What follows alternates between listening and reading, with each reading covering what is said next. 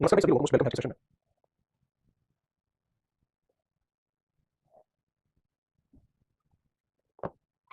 क्या हाल चाल है लोगों के, जल्दी से कमेंट करिए और कैसे हैं आप सभी लोग। कमेंट करिए फटाफट से। हाँ जी, क्लास आप लोगों की लाइव हो चुकी है, मैं आपके सामने स्क्रीन पर आ चुका हूँ। जितने स्टूडेंट लाइव हैं एक बार कमेंट करेंगे। और दोस्तों हम लोगों ने एटमॉस्फेरिक बेल्ट पूरा कंप्लीट टॉपिक पढ़ लिया था, जहाँ तक मैं देख पा रहा हूँ दूर दूर तक, और आप लोगों को इन्फॉर्मेशन भी देनी है।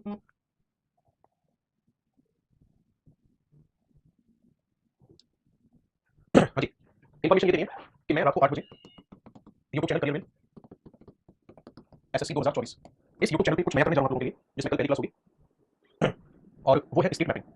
हम भारत के 28 राज्य जो हैं उनके बारे में मैपिंग करेंगे और ये क्लास सभी स्टूडेंट के लिए क्लियर की है। इसमें हम लोग राज्य वार हर एक राज्य की नदी को समझेंगे, वहाँ के लोकल माउंटेन को समझेंगे, वहाँ के लोकल ट्राइब्स को समझेंगे, वहाँ के सेंसस को, इकोनॉमिक कंडीशन को, मिनरल्स को। और सेकंड को मैंने क्लास की आप देखना उसमें लद्दाख को मैंने कंप्लीट कर दिया है। कल की क्लास में जो मैं पढ़ाऊंगा वो जम्मू कश्मीर की मैपिंग होगी और एक हम सभी स्टेट को पढ़ेंगे। तो बताओ कैसा लगा कोई आइडिया। आपको करना इतना होगा कि आपको लाइव सेशन अटेंड करना होगा रात को 8 बजे यूट्यूब पे ही, क्योंकि वो क्लास अपन यूट्यूब पर पढ़ोगे। ठीक है, अब जब यूट्यूब पर होगी आप लोगों के लिए फ्री ऑफ कॉस्ट करना लगभग 25 से 30 क्लासेस लूंगा, तो आपकी रिस्पांसिबिलिटी बनती है थोड़ा सा सपोर्ट करने की, एक माहौल तैयार करने की जिसमें ज़्यादा से ज़्यादा मन लगा मैं आप लोगों को कुछ और दे पाऊँ। और ये सब कुछ फ्री ऑफ कॉस्ट रखा है, तो बताओ आइडिया कैसा है और आप लोग तैयार हो फिर एकदम धुआं मचाना है। यूट्यूब पे लगना चाहिए कि क्लास शुरू हुई है। क्यों तैयार हो? अब अच्छा, आज आप टाइम निकाल के इस क्लास को कंप्लीट कर लेना लद्दाख मैपिंग। अब देखना एक एक पॉइंट को, अब चेक करना इस क्लास को, एक एक पॉइंट को मैंने बहुत बारीकी से समझाया हुआ है ना। एक एक पॉइंट को बहुत बारीकी से समझाया हुआ है, इस वाली क्लास में मैपिंग को देखना। और पता है क्या, ऐसा नहीं है कि मैं ऊपर ऊपर से करा दूंगा। ज्योग्राफी स्पेशल बैच में मुझे मैपिंग करनी थी, उस बैच में मैंने फ्री कर दी सभी लोगों के लिए। तो अब ये सोचो ज्योग्राफी स्पेशल 20% सिलेबस में बना फ्री कराने जा रहा हूँ। ठीक है, तो याद रखना ये एग्जाम में बेनिफिट रहेगा। मैं तेरा मौका मालूम कीजिए, देखो एग्जाम के बेनिफिट नहीं होगा तो मैं पागल हो गया फ्री में 30 घंटे पढ़ाऊंगा। एक बात बता भाई, मुझे पागल हो गया क्या मैं जो फ्री पढ़ाऊंगा इसको। आपके एग्जाम के लिए बेनिफिशियल नहीं होगा, दो क्लास है ना, दो क्लास आप देखना, उसके प्रॉपर नोट्स बनाना, आपको खुद लगेगा कि भाई इतना तैयार कर लिया ना हमने, तो एग्जाम में कुछ नहीं है फिर। समझ रहे हो?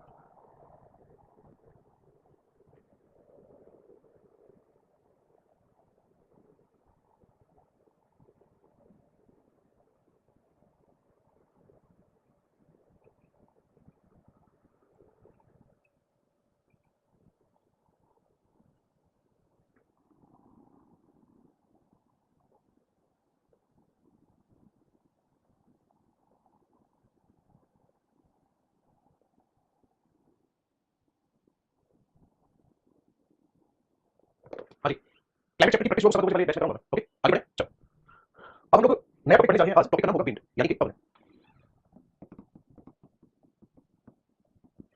विंड या पवन। सबसे पहली बात, विंड होती क्या है इसी को समझते हैं। अगर मैं आपसे विंड की बात करूं तो एक बात होती है, मेरी बात को ध्यान से सुनना। एक वर्ड होता है एयर, एक होता है विंड, एक होता है एयर करंट। आप में से कोई स्टूडेंट तीनों को डिफाइन कर सकता है क्या? मैं एक मिनट टाइम देता हूं आपको। कोई भी ऐसे स्टूडेंट इनको डिफाइन करके मुझे बता पाए कि ये एक्चुअल में होती क्या है।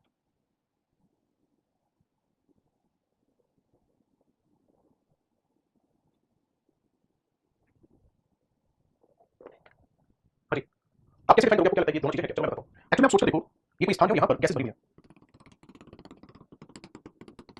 अब होता क्या है, इस वाले स्थान का नाम ए है और इस वाले स्थान का नाम बी है। समझ रहे हो मेरे भाई, कोई दिक्कत नहीं है। अब होता क्या है, जो ए वाला पॉइंट है इसका टेम्परेचर बढ़ता है। टेम्परेचर बढ़ने से जो हवाएं हैं यहाँ की वो इधर उधर यूं फैल जाती है। ठीक है, जब हवाएं फैल जाएंगी तो यहाँ एयर कम हो जाएगी, दैट मींस यहाँ पर कैसा प्रेशर हो जाएगा? Low pressure. कोई दिक्कत नहीं है किसी को? यहाँ से हमें क्या सीखने को मिला? हमें ये सीखने को मिला कि वायुमंडल में जिस स्थान के तापमान में किसी भी स्थान की अगर तापमान में वृद्धि होगी तो उस स्थान के तापमान में वृद्धि होने से, ध्यान से सुनना, वहां पर वायु कैसा हो जाएगा? वहां का जो वायु होगा वो कम हो जाएगा। अब यहाँ का तो प्रेशर लो है, अब प्रेशर लो का मतलब यहाँ पे वायु कम हो गई। और मेरे भाई ये जो स्थान है यहाँ पर टेम्परेचर है कम, टेम्परेचर कम है, यहाँ पर हाई प्रेशर है। हाई प्रेशर होने का मतलब इस वाले स्थान पर अगर मैं वायु की बात करूंगा तो वायु कैसी है? बहुत ज्यादा है। तो ऐसी स्थिति में वायु में क्या गैस भी कह सकते हो, है ना? गैस नहीं तो ज्यादा ठीक रहेगा, वायु तो बाद में बनेगी। इस वाले स्थान पर अगर मैं बात करूंगा तो गैस कैसी है? कम। और इस वाले स्थान पर अगर मैं बात करूंगा तो गैस कैसी है? ज्यादा है। तो इस सिचुएशन में होगा क्या? मेरी बात को गौर से सुनना, जिधर ज्यादा होगी गैसेस उस स्थान से कम वाले स्थान की ओर एक मूवमेंट क्रिएट होगा और इसी मूवमेंट को क्या कहा जाएगा? एयर कहा जाएगा। आगे बात समझ में, ये क्या है? गैसियस मूवमेंट है। क्या है मेरे दोस्त? ये है गैसियस मूवमेंट। ये क्या है? गैसों में गति उत्पन्न हुई और जो ये गैसों में गति होगी इसी को कहा जाएगा एयर। और याद रखना कोई डायरेक्शन फिक्स नहीं है एयर की, है ना? रैंडम किसी डायरेक्शन में हो सकती है। यानी नॉर्मली एयर इंडिकेट करती है द मूवमेंट ऑफ गैसेस, और ये मूवमेंट किधर से किधर हो रहा है तो आपका आंसर होगा हाई प्रेशर से हो रहा है, ये लो प्रेशर की ओर हो रहा है, यानी कि उच्च दाब से निम्न दाब की ओर गति हो रही है।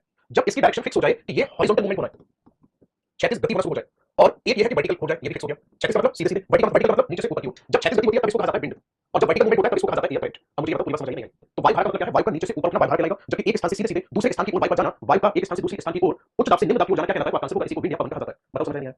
अब बात ये आती है कि कभी कभी बहुत धीरे धीरे विंड चलती है, कभी कभी बहुत स्पीड से विंड चलती है। तो विंड की जो स्पीड होती है वो किस बात पर निर्भर करती है? आप याद रखना, विंड की स्पीड हमेशा निर्भर करती है pressure difference between two points, यानी इन दोनों क्षेत्र के बीच में वायुदाब में जितना ज्यादा डिफरेंस होगा विंड की स्पीड उतनी ही ज्यादा होगी, यानी कि जो विंड स्पीड है वो इस पर डिपेंड कर रही है, दोनों स्थानों के बीच में वायुदाब में जो अंतर है उस पर निर्भर कर रही है।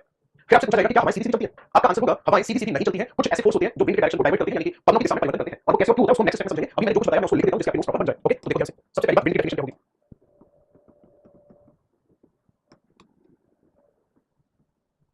The horizontal movement of air called wind. ठीक है, क्षैतिज रूप से होने वाली वायु की गति को, क्षैतिज रूप से वायु की गति को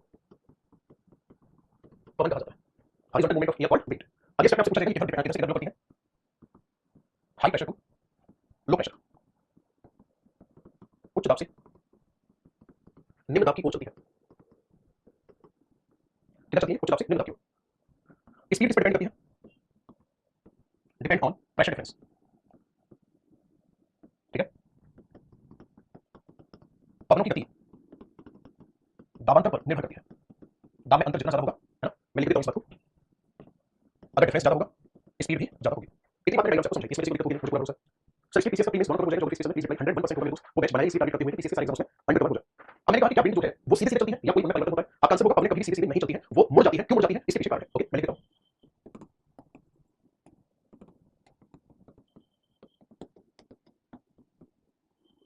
पवनें कभी भी सीधी रेखा में नहीं चलती है। ठीक है, जो पवनें हैं कभी भी सीधी रेखा में नहीं चलती है। पवनें कभी भी सीधी रेखा में चलती है नहीं। क्यों? ध्यान से सुनना, जो हमारी अर्थ का रोटेशन है, हमारी पृथ्वी की घूम रही है, तो हमारी पृथ्वी के घूमने के कारण क्या होता है सर? आप सोच कर देखो, ये एक डिस्क है, एक चक्री है, और ऐसे ही लगातार घूम रही है, और इस पर अगर आप सीधा यूं चलने की कोशिश करोगे तो चल पाओगे? नहीं चल पाओगे। आपका ऐसा लगेगा मैं इधर की तरफ भाग रहा हूं, है ना, और आप इधर से यूं चलने की कोशिश करोगे तब भी आपको लगेगा मैं इधर की तरफ भाग रहा हूं।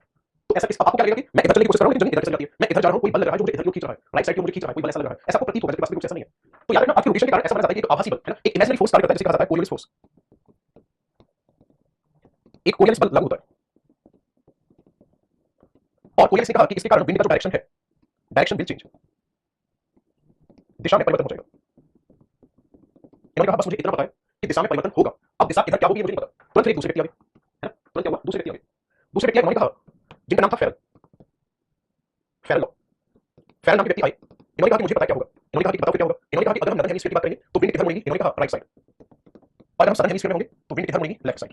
हमें दोस्त यहाँ से क्वेश्चन ध्यान से, इस वैज्ञानिक ने बताया था कि पृथ्वी के घूर्णन का प्रभाव पवनों के ऊपर पड़ता है कोरियोलिस में। कोरियोलिस बल क्या करता है? पवनों की दिशा में परिवर्तन कर देता है। इस वैज्ञानिक ने बताया था कि पवनों की दिशा में उत्तरी गोलार्ध में पवनें राइट हैंड साइड में मुड़ जाती है, दक्षिणी गोलार्ध में लेफ्ट हैंड साइड पे, तो आपका आंसर होगा फेरल का नियम। ये प्रश्न आपसे ऐसे भी पूछा जा सकता है कि फेरल के नियम के अनुसार उत्तरी गोलार्ध में पवनें किस दिशा में मुड़ जाती है? फेरल के नियम के अनुसार दक्षिणी गोलार्ध में पवनें किस ओर मुड़ जाती है? दोनों आपके सामने लिखे हुए हैं। अगर आपसे प्रश्न ये पूछा जाता है कि कोरियोलिस बल क्या वास्तविक बल है? आपका आंसर होगा नहीं। कोरियोलिस बल किसके कारण लागू होता है? आपका आंसर होगा सीधा सीधा पृथ्वी के घूर्णन के कारण। अगर अर्थ का रोटेशन नहीं होता तो कोरियोलिस फोर्स और फेरल जैसे लोग कभी बनते नहीं, हमारी सीधी सीधी चल रही होती। मेरी बात को समझ पा रहे हैं? इसे आप जल्दी से नोट करेंगे, फिर हम पवनों के प्रकार के बारे में चर्चा करेंगे। जल्दी से नोट करें।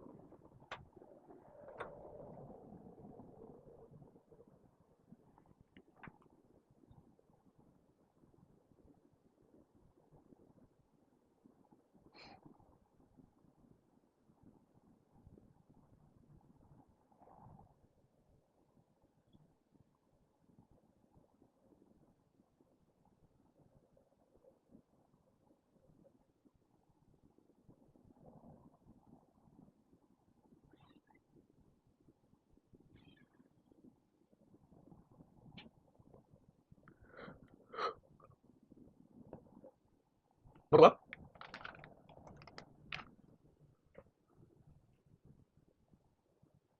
मेरा एक सजेशन देखो, आजकल एग्जाम और मूव में नॉर्थ ईस्ट से ज्यादा सवाल आ रहे हैं, लाइक टाइप से नेम्स लैंग्वेज फेस्टिवल से रिलेटेड।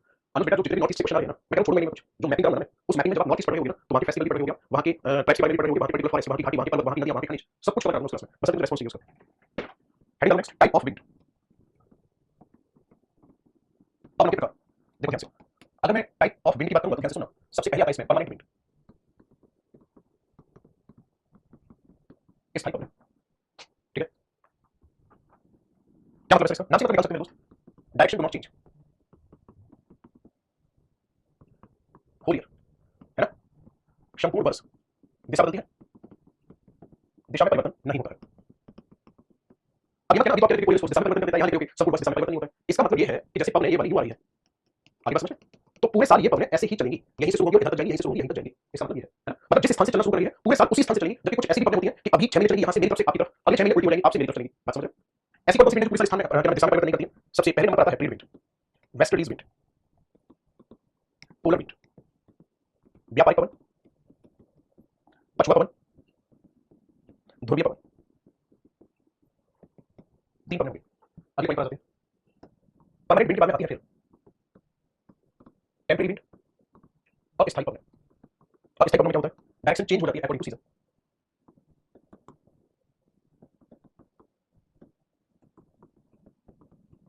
ऋतु के अनुसार दिशा में परिवर्तन हो जाता है।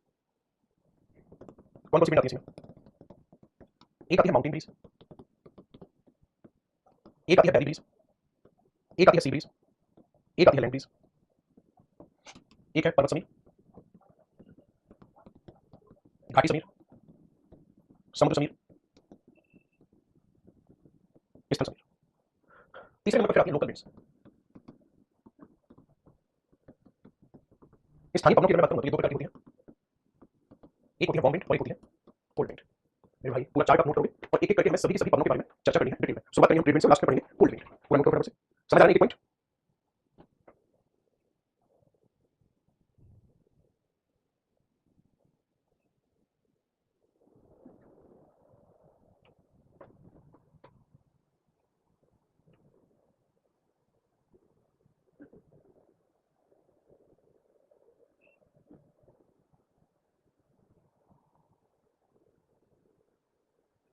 एक एक करके मैं पूरा डिटेल में बताऊंगा आपको, पहले आप नोट करो। मैपिंग कब से स्टार्ट होगी बताओ, कल से कर रहे हैं?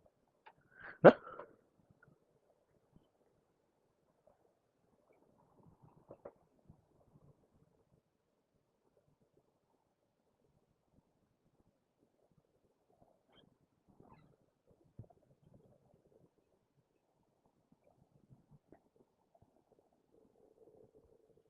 कल से शुरू कर देते हैं। तैयार हो सारे लोग? हम्म?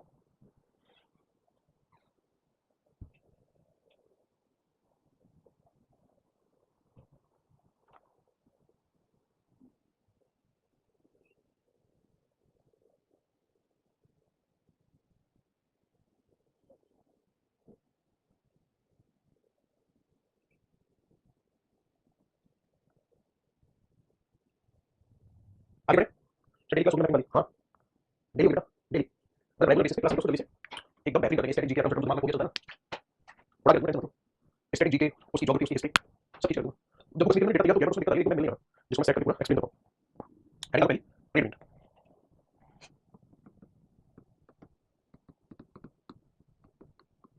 व्यापारिक पवन, ट्रेड विंड या व्यापारिक पवन। ठीक है। सबसे पहली बात इनको ट्रेड क्यों कहा जाता है? ट्रेड का मतलब क्या है? मीनिंग ऑफ ट्रेड क्या है? फिक्स ट्रैक है ना। ट्रेड का अर्थ है निश्चित मार्ग। ग्लोब बना लेते हैं।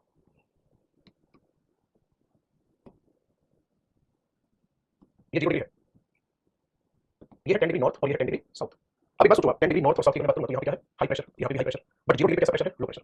तो अब इस सिचुएशन में होता क्या? अब इधर चलेंगे हाई प्रेशर से, ऐसे ही इधर चलेंगे। इन्हीं को कहा जाएगा ट्रेड विंड। तो कहां से कहां चलती है ये? ध्यान से सुनना। ये चलती है मेरे भाई 10 डिग्री नॉर्थ साउथ से जीरो डिग्री की ओर। मैं सीधा सीधा इस बात को ऐसे भी कह सकता हूँ, जीरो डिग्री वाला जो क्षेत्र है इसको इक्वेटोरियल रीजन बोला जाता है ना। तो मैं ऐसे भी कह सकता हूँ कि ये इक्वेटोरियल रीजन में चलती है। बोलो है ना। मैं लिख देता हूँ ये विंड क्या करती है?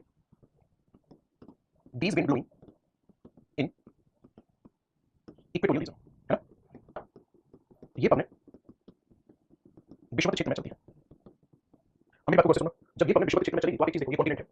अब ऊपर से विंड आ रही है तो ऊपर से कैसे आ रही है? यूं आ रही है। नीचे से कैसे जा रही है? यूं जा रही है। अब अगर आप इसमें प्लस बना दोगे तो ऐसी कंडीशन में ध्यान से सुनना, डायरेक्शन क्या हुई? ये डायरेक्शन हुई ईस्ट, ये डायरेक्शन हुई नॉर्थ, ये डायरेक्शन हुई साउथ और ये डायरेक्शन हुई वेस्ट। तो आप एक चीज देखो कि जो ये व्यापारिक पवनें हैं कौन सी दिशा में प्रभावी है? आप सभी आसानी से देख पा रहे हो कि पूर्वी दिशा में ज्यादा प्रभावी है। यानी कि किसी भी मार्ग पे जहां इन पवनों का प्रभाव है, अगर ये पवनें बरसा कराती है तो बरसा किधर करेंगी? कौन से डायरेक्शन में? साफ दिख रहा है ईस्ट डायरेक्शन में बरसा करेंगी। तो मैं लिख देता हूँ ये किधर अफेक्टिव होती है? ईस्ट डायरेक्शन, पूर्वी दिशा में प्रभावी होती है। अब क्योंकि पूर्वी दिशा में प्रभावी होती है इसलिए इनको एक और नाम दिया जाता है ईस्टर्लीज विंड। इन्हें कहा जाता है पूर्वा पवनें। ठीक है। अब एक बात बताओ, जब ये पूर्वी दिशा में प्रभावी है तो अगर ये रेनफॉल किधर कराएंगी? कराएंगी तो रेनफॉल कराएंगी ईस्ट डायरेक्शन में। और याद रखना यही पवनें क्या करती है? ट्रॉपिकल साइक्लोन का फॉर्मेशन करती है। ये पवनें क्या करती है? आपका आंसर होगा ये पवनें उष्ण चक्रवात का निर्माण करती है। ये पवनें क्या करती है? उष्ण चक्रवात का निर्माण करती है। तो उष्ण चक्रवात जो बनाएगी कौन सी दिशा में बनाएगी? पूर्वी दिशा में बनाएगी। बात क्लियर है? अब डायरेक्शन निकाल कर देखो, जैसे इस लाइन से ऊपर ऊपर नदर हेमिस्फीयर है। नदर हेमिस्फीयर की डायरेक्शन क्या है? नॉर्थ ईस्ट से किधर? साउथ वेस्ट है ना। यानी कि उत्तरी गोलार्ध में किधर से किधर चलती है? तो आपका आंसर होगा north east to south west. और वहीं दक्षिणी गोलार्ध में किधर चलती है? तो ये चलेगी भाई south east to north west. ये डायरेक्शन होगी है ना। ये क्या होगी? डायरेक्शन होगी। अब एक बात बताओ, ये इक्वेटर के आसपास चल रही है तो इक्वेटर पे रेनफॉल करेंगे नहीं करेंगे? बिल्कुल करेंगे। तो याद रखना ये इक्वेटर पे डेली रेनफॉल आती है। Daily rainfall on equator.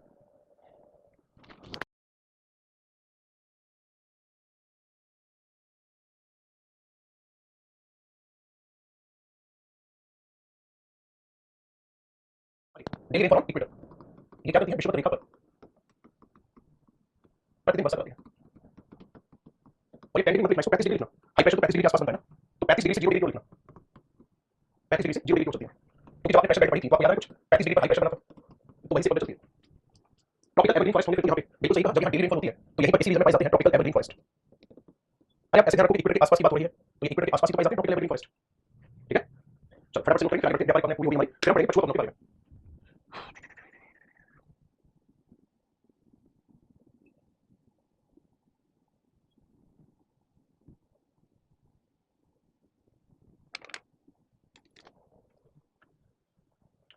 एक बार फिर से इसको मैंने लिखा व्यापारिक पवन जो है इनको पोलर पवन कहा जाता है, क्योंकि पूर्वी दिशा में ज्यादा प्रभावी होती है। 35 डिग्री हाई प्रेशर से चलती है, 0 डिग्री लो प्रेशर की तरफ, है ना? यानी कि हम इस बात को कह सकते हैं कि ये पवन इक्वेटोरियल रीजन में चलती है। अब क्योंकि पूर्वी दिशा में प्रभावी होती है तो इनके कारण जहां कहीं रेनफॉल होगी वो पूर्वी दिशा में होगी, और यही पवन ट्रॉपिकल साइक्लोन का फॉर्मेशन करती है, यानी कि उष्ण चक्रवात का निर्माण करती है। उत्तरी गोलार्ध में इनकी डायरेक्शन नॉर्थ ईस्ट से होती है, जबकि दक्षिणी गोलार्ध में साउथ ईस्ट से होती है, क्योंकि आगे लगातार वर्षा कराती है, प्रतिदिन वर्षा कराती है, इसी वजह से इनके आसपास के क्षेत्र में ट्रॉपिकल एवरग्रीन फॉरेस्ट पाए जाते हैं। नेक्स्ट हेडिंग डालेंगे वेस्टर्लीज विंड। हिंदी में इसी को लिखा जाता है पछुआ पवन। हमें दोस्ती बात बहुत सुनना समझना। हमने क्या पढ़ा? हमने पढ़ा 0 डिग्री पर लो प्रेशर बोलो है ना। फिर हमने पढ़ा कि 35 डिग्री पर कैसा प्रेशर होता है। हमने पढ़ा कि 35 डिग्री नॉर्थ और 35 डिग्री साउथ पर कैसा प्रेशर होता है, हाई प्रेशर, यहां भी हाई प्रेशर। फिर हमने पढ़ा कि 66 एंड 65 डिग्री पर कैसा प्रेशर होता है, याद करो, यहां पर फर्दर लो प्रेशर होता है। 90 डिग्री पर कैसा होता है, हाई प्रेशर। अब हम एक तरह की विंड पढ़ चुके हैं, बहुत से सुनना मेरी बात को, जो 35 डिग्री से इधर 0 डिग्री तक आ रही थी, है ना, और इनको हमने क्या नाम दिया, ट्रेड विंड नाम दिया। अब आप सोच रहे देखो, यहां हाई प्रेशर और यहां लो प्रेशर, तो 35 डिग्री एक ऐसा क्षेत्र हो गया जहां से दोनों तरफ हवाएं जाएंगी। 35 डिग्री से जो इधर 65 डिग्री की जो हवाएं जाएंगी, ये वाली इधर बिल्कुल ट्रेड विंड के अपोजिट, इनको वेस्टर्लीज विंड कहा जाएगा, इनको पछुआ पवन कहा जाएगा। मैं लिखूं इसको, चलिए ये इधर चलती है, वो आपका आंसर होगा blowing from 35 degree to 65 degree. ठीक है जी, कौन सी डायरेक्शन में अफेक्टिव होती है? अफेक्टिव इन वेस्ट डायरेक्शन, इधर प्रभावी होती है, तो आपका आंसर होगा पश्चिमी दिशा में प्रभावी होती है, पश्चिमी दिशा में प्रभावी होती है। ठीक है जी, अब इनकी डायरेक्शन क्या होगी? अब डायरेक्शन तो मैं अलग स्फीयर में निकालूंगा, हेमिस्फीयर में, नॉर्दर्न हेमिस्फीयर में और सदर्न हेमिस्फीयर में। नॉर्दर्न हेमिस्फीयर में जो डायरेक्शन होगी वो होगी south west to north east, और सदर्न हेमिस्फीयर में डायरेक्शन होगी north west to south east. और एक बार याद रखिए, इसको बताऊं ठीक, व्यापारिक पवनों के अपोजिट चलती है। अगर मैं बात करूं पछुआ पवनों की, तो इनकी क्या खास बात है? खास बात ये है कि जब महासागरों से गुजरती है ना, passes on oceans, speed increase which produce sound। ठीक है, क्या होता है जब महासागरों के ऊपर पहुंचती है तो फ्रिक्शन कम हो जाता है, गति में वृद्धि हो जाती है, और जब गति में वृद्धि हो जाती है तो इससे आवाज उत्पन्न होती है। और ये आवाज याद रखना, अलग अलग डिग्री पर अलग नाम से जानी जाती है, जैसे 30 डिग्री पर, सॉरी 40 डिग्री पर अलग, 50 डिग्री पर अलग, 60 डिग्री पर अलग। 40 डिग्री पर इसको क्या कहा जाता है? Rolling 40s। 50 डिग्री पर क्या कहा जाता है? Furious 50s। 60 डिग्री पर क्या कहा जाता है? Seeking 60s। यानी कि दहाड़ता 40, प्रचंड 50, चीखता 60, इस नाम से जाना जाता है। ठीक है, इस नाम से जाना जाता है, दहाड़ता 40, प्रचंड 50, चीखता 60। दो तरीके से क्वेश्चन पूछा जा सकता है, आपसे ऐसे भी पूछ सकता है कि कौन सी पवन आवाज उत्पन्न करती है, या फिर आपसे ऐसे क्वेश्चन पूछा जा सकता है कि डिग्री का नाम देगा कि इतने डिग्री पर कौन सा साउंड प्रोड्यूस होता है, यानी इतने डिग्री पर कौन सा प्रोड्यूस होता है, इतने डिग्री पर कौन सी या किस तरह की ध्वनि उत्पन्न होती है।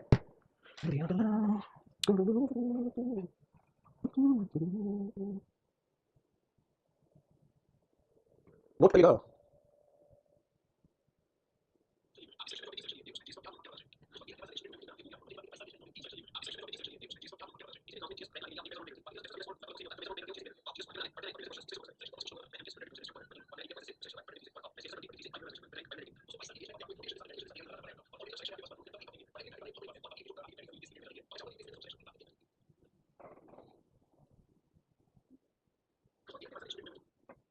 भाई साहब उस दिन एक बच्चे ने बताया था 22 साल की उम्र में 300 लक्ष्य मजा करते हैं उसमें। और मतलब बहुत सीरियस स्टूडेंट था, जब यहाँ पे ऐसा करते मैं खड़ा हुआ था तो होता है एक हेजिटेट होना, जैसे नहीं जाते तो पहले जैसे आपने देखा होगा, जब हम कॉलेज में पढ़ते थे तो वाइवा होता था, तो रूम में जाने पर टीचर के सामने हेजिटेशन होती थी, मतलब वो हुआ बहुत अच्छा लगा मुझे। और वहाँ जॉब में लगातार भाई ड्यूटी पे जाने के बाद भी जानते होगे, मैं तो नहीं बताऊँ यार, मैंने जब पढ़ाना शुरू किया, रेस्पेक्ट मिलना शुरू हुई, ऐसे वैसे जाना शुरू हुई, तो धीरे धीरे करके मैं बिल्कुल उस लाइन से हट ही गया जहाँ मुझे तैयारी करके आगे बढ़ सकता था। मैं बहुत कोशिश नहीं कर पाया, उतनी पढ़ाई की जितना क्लास की जरूरत है, दोबारा से पढ़ाई करनी पड़ रही है, पूरा कोई कंटेंट सेट करने में, स्टूडेंट की स्टडी डिग्री करूँ, एनवायरनमेंट करूँ, ज्योग्राफी करूँ, वैसे किसी पर्टिकुलर बुक में नहीं रखा, वो तो तैयार करना पड़ेगा। मतलब मैं कहने के लिए एक सिलेक्शन लेने के लिए यूपीएससी में वो जो लाइन थी पूरी तरह से हट गई, और कौन सी लाइन होता है कि क्लास में क्या पढ़ाना है उसको तैयार करते। तो मैं खुद उस बंदे का फैन हो गया, मैं इतना बड़ा डेडिकेशन। और पता है सबसे बड़ी दिक्कत कहाँ थी, जब आपके अकाउंट में खुद का पैसा मिलता है, ठीक ठाक पैसा मिलता है, तो कई बार ऐसा होता है कि मैंने थोड़ा लगता है ठीक है, मुझे क्या करना है, ऐसा कुछ बढ़िया चल रहा है, लेकिन उसने 3 सिलेक्शन दिए। ऐसे लोगों को मोटिवेशन के तौर पर लेना चाहिए, है ना। चलिए दोस्तों, मुलाकात करेंगे कल, तब तक के लिए थैंक यू सो मच,